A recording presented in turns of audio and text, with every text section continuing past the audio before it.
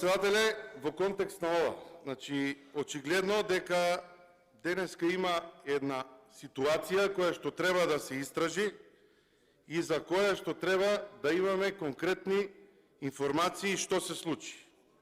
Не го оправдувам реагирањето на колегите од власта од место, затоа што ова е проблем што се случува во оваа институција, а преку тоа и е голем проблем доколку ова навистина се случило и во државата.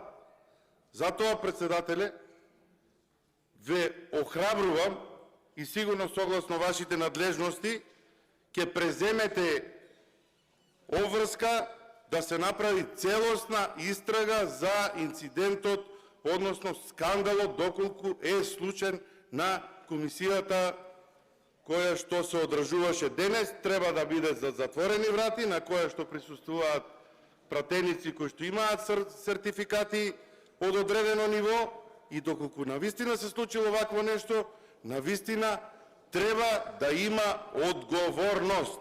И веќе крајно време е да ја направиме таа соба во која што долго време зборуваме. Јас знам дека се прават напори од страна на собранието, меѓутоа ваков скандал не е да го коментираме од место, да реагираме на колегата Трајанов или пак да го премолчиме. Сите заедно треба да действуваме во насока вакво нешто да превенираме, затоа што многу често ни се случуваат пропусти во безбедносниот систем и во функционирањето на државата.